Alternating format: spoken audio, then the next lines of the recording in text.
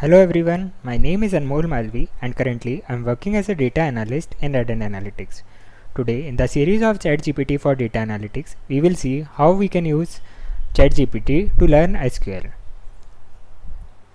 In this video, we are going to explore a powerful tool that can help you grasp the fundamental concept of SQL. SQL is a crucial skill for data analysts and sometimes we need a quick refresher or assistance with tricky SQL questions. So let's dive in and see how ChatGPT can come to the rescue. Once you log into ChatGPT, you will get this interface, and as a first step, we will ask ChatGPT to pretend to be a SQL expert.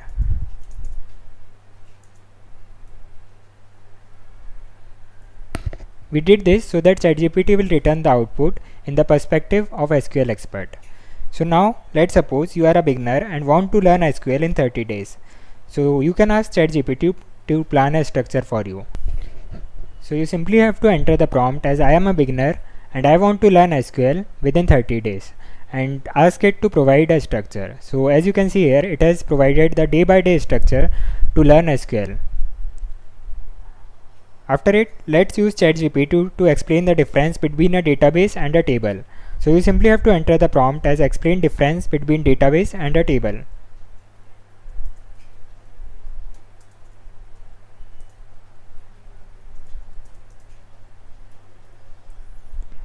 When you enter this prompt, it will return the detailed explanation about both the database and a table. If you want to get the output within 100 words, so you will modify the prompt as within 100 words. Now it will return you the concise result.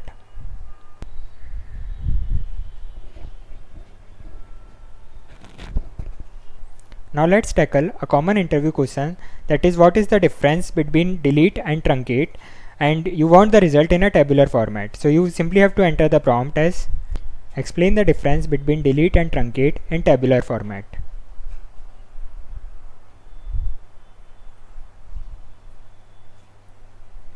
With this table format response, you can easily understand and explain the distinction between delete and truncate in SQL, which will make your preparation much more manageable.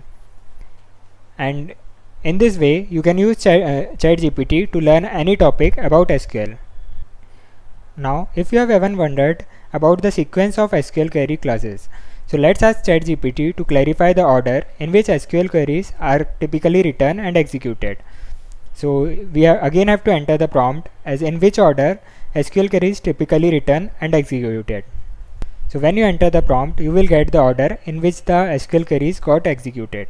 So this is all about how you can use ChatGPT to learn SQL. Thank you for watching.